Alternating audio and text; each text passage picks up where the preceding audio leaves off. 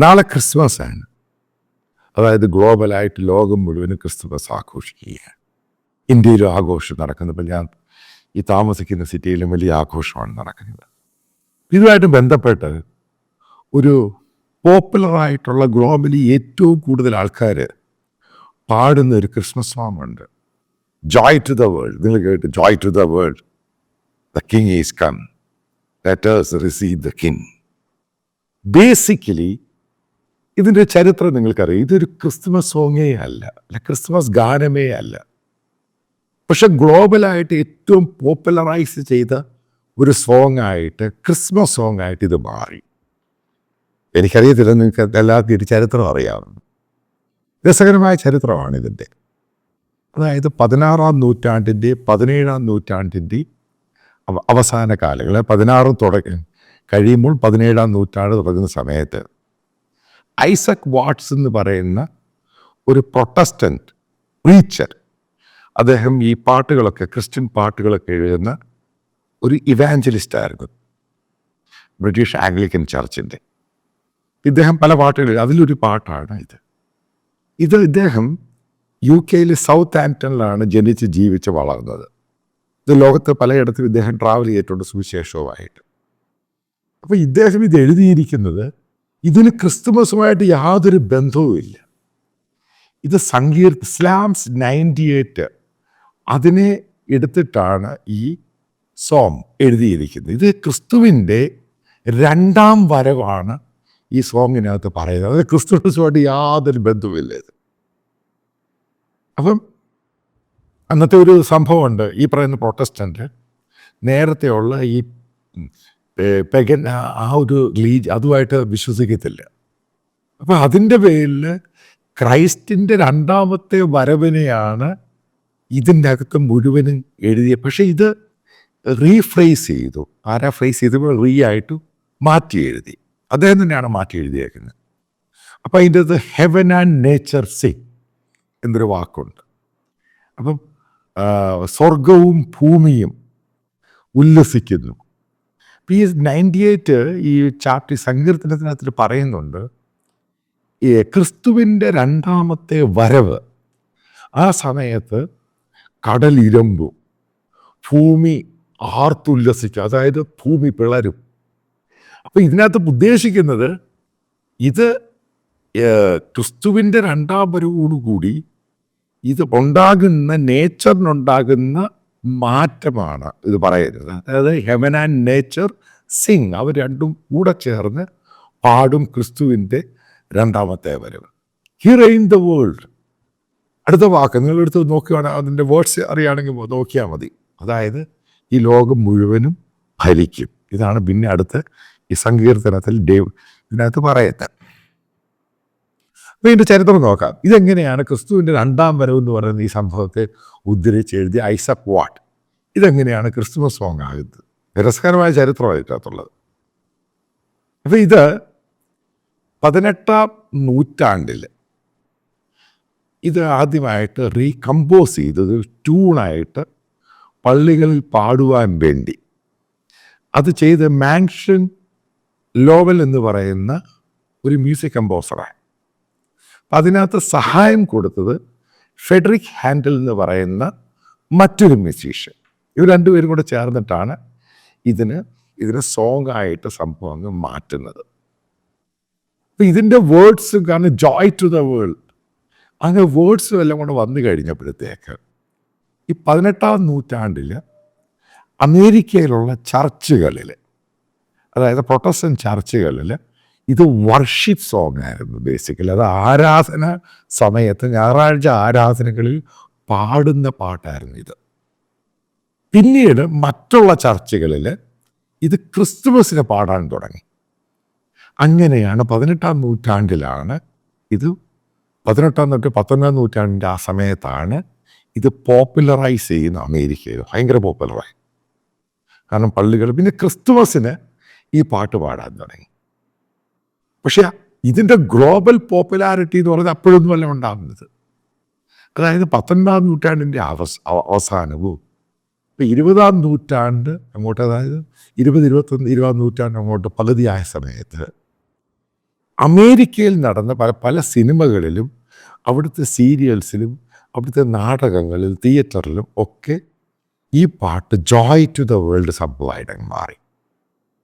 അപ്പം അതിന് പല രീതിയിൽ പല ട്യൂണുകൾ വന്നു. പക്ഷേ ഈ പറയുന്ന ഫെഡറിക് ഹെൻഡലിൻ്റെയും മാർഷൽ ലോവൽ ഇതാണ് ഈ നമ്പേഴ്സിലാണ്, ഈ കമ്പോസ് ചെയ്യാൻ നമ്പേഴ്സിലാണ് കൂടുതൽ അത് പോപ്പുലറായത്. ഇത് പിന്നെ അങ്ങ് പ്രചരണത്തിലായി, ഇത് ഗ്ലോബലായിട്ട് മുഴുവനും അങ്ങ് പോയി. കാരണമുണ്ട്.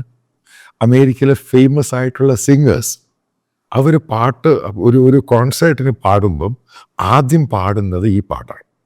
അങ്ങനെ ഇത് 20th സെഞ്ചുറിയുടെ അവസാനവും ഇത് ഗ്ലോബലായിട്ട് ക്രിസ്തുമസുമായിട്ട് ബന്ധപ്പെട്ട് ഏറ്റവും കൂടുതൽ അക്സെപ്റ്റ് ചെയ്ത സോങ് ആയിട്ട് മാറി. ഇതിന് ക്രിസ്തുമസുമായിട്ട് യാതൊരു ബന്ധവുമില്ല. അതാണ് അതിൻ്റെ ഏറ്റവും വലിയ തമാശ.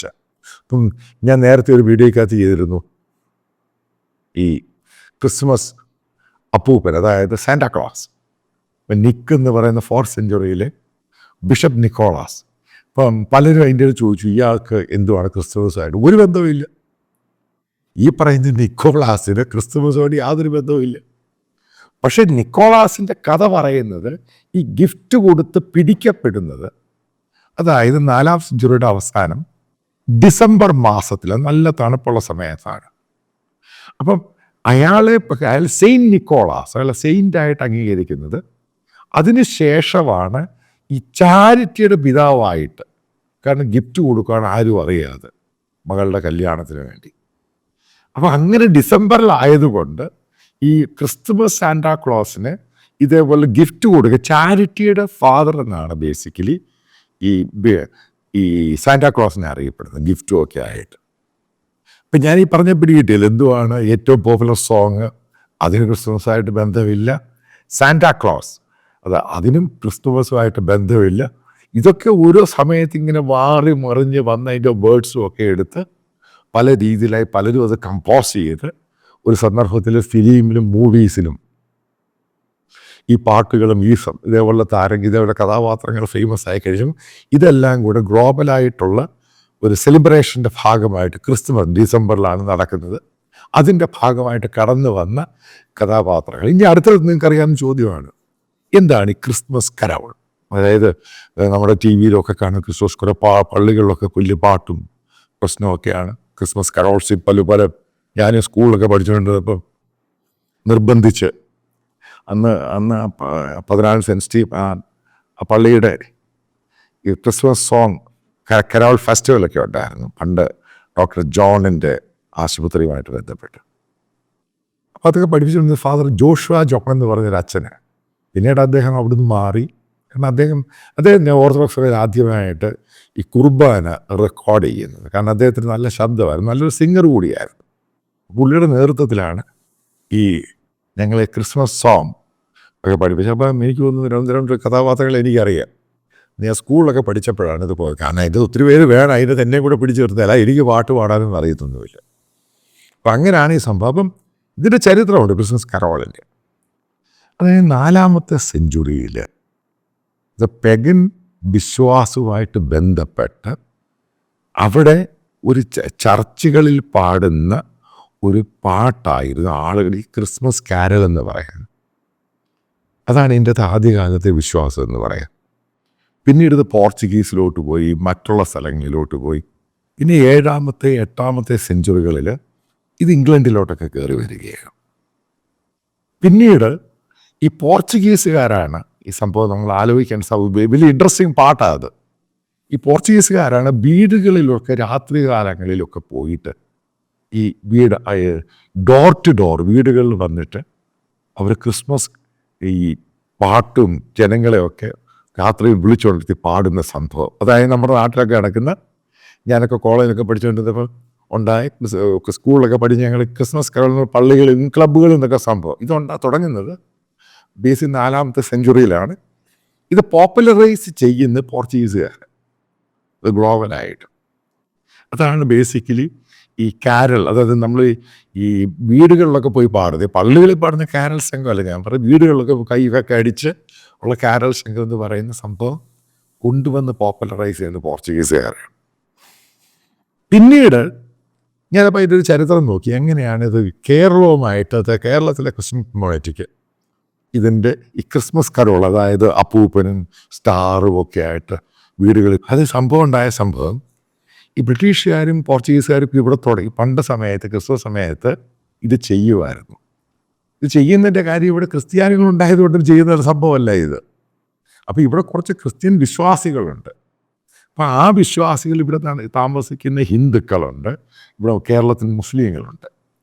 അപ്പോൾ അവരിലോട്ട് ഇൻ്റർഫെയ്ത്ത്, ഇതിന് എല്ലാ മതങ്ങളുമായിട്ട് യോജിച്ച് പോകുവാൻ വേണ്ടി ഉണ്ടാക്കിയ സംഭവമാണ് കേരളത്തിലെ കരോൾ. ഇത് എത്ര പേർക്ക് ഇത് അറിയാമെന്ന് എനിക്കറിയത്തില്ല. അപ്പോൾ അവരാണിത് വന്ന് ഇവിടെ എസ്റ്റാബ്ലിഷ് ചെയ്യുന്നത്. ക്രിസ്മസ് സമയത്ത് ഇതേപോലെ ഓരോ വീടുകളിൽ പോയിട്ട് ഇൻ്റർഫെയ്ത്ത്, അതായത് നിങ്ങളുടെ വിശ്വാസം നമ്മുടെ എല്ലാം ദൈവവിശ്വാസമെല്ലാം ഒന്നാണ്, നമുക്കതുകൊണ്ട് ഒരുമിച്ച് ജീവിക്കാം. ഇതാണ് ഈ ഇൻ്റർഫെയ്ത്തിനകത്ത് അന്ന് കേരളത്തിലുള്ള ഈ ബ്രിട്ടീഷുകാരാണെങ്കിലും പിന്നീട് മറ്റു പലരും ഈ ക്രിസ്തുമസുമായിട്ട് വീടുകളിൽ കയറി പാട്ട് പാടിക്കൊണ്ട് രാത്രി പോയി പാട്ട് പാടിക്കൊണ്ടിരുന്നതിൻ്റെ പുറകിലുള്ള ഒരു ചരിത്രം. ഇപ്പം ചില മലബാറിലുള്ള ചില സുഡാപ്പികൾ, അതായത് ചില വൃത്തികേട്ടവന്മാർ ഈ പല പ്രഭാഷണത്തിലും ഞാൻ അവരുടെ വീഡിയോ കേട്ടിട്ടുണ്ട്. അതായത് ക്രിസ്തുമസുമായിട്ട് നിങ്ങൾ വരുമ്പോൾ നിങ്ങൾ അവർക്ക് പണം കൊടുത്തിട്ട് അങ്ങ് ശപിച്ചേക്കാം. ഇവർ പണത്തിന് വേണ്ടിയൊന്നും അല്ല ഈ സംഭവം ആദ്യം തുടങ്ങിയത്. ഇത് പണമായിട്ട് യാതൊരു, പിന്നെ ഇത് കൊമേഴ്ഷ്യലൈസ്ഡ് ആയിട്ട് കേക്ക് കൊടുക്കുന്നു, അത് ആ പരിപാടി, ഇത് അതിനു വേണ്ടി തുടങ്ങിയ സംഭവമൊന്നുമല്ല. അപ്പം അവിടെയുള്ള മറ്റുള്ള മുസ്ലിം ഹിന്ദു മതവിഭാഗക്കാർ അവരെയും കൂടെ സെലിബ്രേഷൻ്റെ അകത്ത് പാർട്ടാക്കാൻ ഇൻ്റർഫെയ്ത്ത്, അതിൻ്റെ ഭാഗമായിട്ടാണ് കേരളത്തിൽ ഡോർ ടു ഡോർ ഈ ക്രിസ്മസ് ഈ കാരൽ, അതായത് നിങ്ങൾ ആലോചിക്കണം, ഇന്ത്യയിൽ മറ്റുള്ള സംസ്ഥാനങ്ങളിലൊന്നും door to door Christmas carol ഇല്ല. അതായത് നിങ്ങൾ നോർത്ത് ഈസ്റ്റ് ക്രിസ്ത്യൻസ് ഉള്ള അവിടെ പോലും ഇല്ല. എന്താ കാരണം എന്താ? ബേസിക്കലി ഇപ്പോൾ ഞാൻ ഇത്രയും നാളും ഡൽഹി താമസിച്ച് മറ്റു പല സ്റ്റേറ്റിൽ ജോലി ചെയ്തിട്ടുണ്ട്.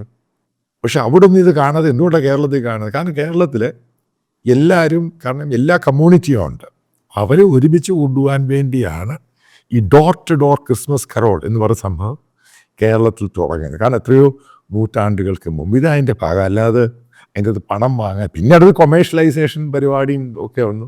ഞാനും പണ്ട് കോളേജിലൊക്കെ പഠിച്ച ക്ലബ്ബിൽ, ആ ക്ലബ്ബുമായിട്ട് ബന്ധപ്പെട്ട് ഞാൻ തന്നെ സിനിമ പാട്ട് ഇത് മാറ്റി ഇതുമായിട്ട് ബന്ധപ്പെട്ട് എഴുതിയിട്ടുണ്ട്. അത് കമ്പാനിയൻ എന്ന് പറഞ്ഞ ക്ലബിനായിട്ട് ബന്ധപ്പെട്ട്.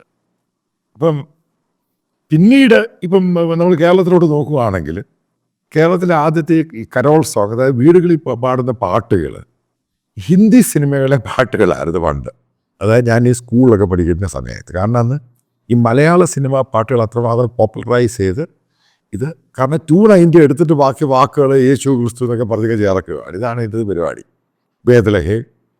പിന്നീട് തമിഴ്, കാരണം തമിഴ് നല്ല ഫാസ്റ്റ് നമ്പേഴ്സ് അല്ലേ, പിന്നെ തമിഴ് സോങ്ങിലായി. പിന്നീട് ഈ മലയാളത്തിൽ ഫാസ്റ്റ് നമ്പേഴ്സായി.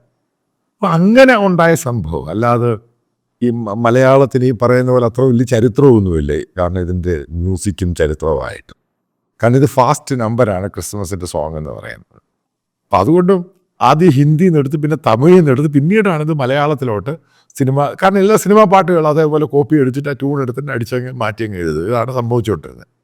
ഇതാണ് ഈ പറയുന്ന ഈ കരാൾ, ക്രിസ്മസ് കാരൽ, അതേപോലെ തന്നെ ജോയ് ടു ദ വേൾഡ്, അതേപോലെ കരോൾ സിംഗേഴ്സ്, അതായത് വീടുകൾ ഡോർ ടു ഡോർ, ഇതിൻ്റെ ഒരു ചരിത്രം. ഇതെല്ലാം പറഞ്ഞുകൊണ്ടൊരു കാര്യം കൂടെ പറയട്ടെ. നിങ്ങൾക്കെല്ലാവർക്കും എൻ്റെ സ്നേഹം നിറഞ്ഞ ക്രിസ്തുമസ് പുതുവത്സര ആശംസകൾ.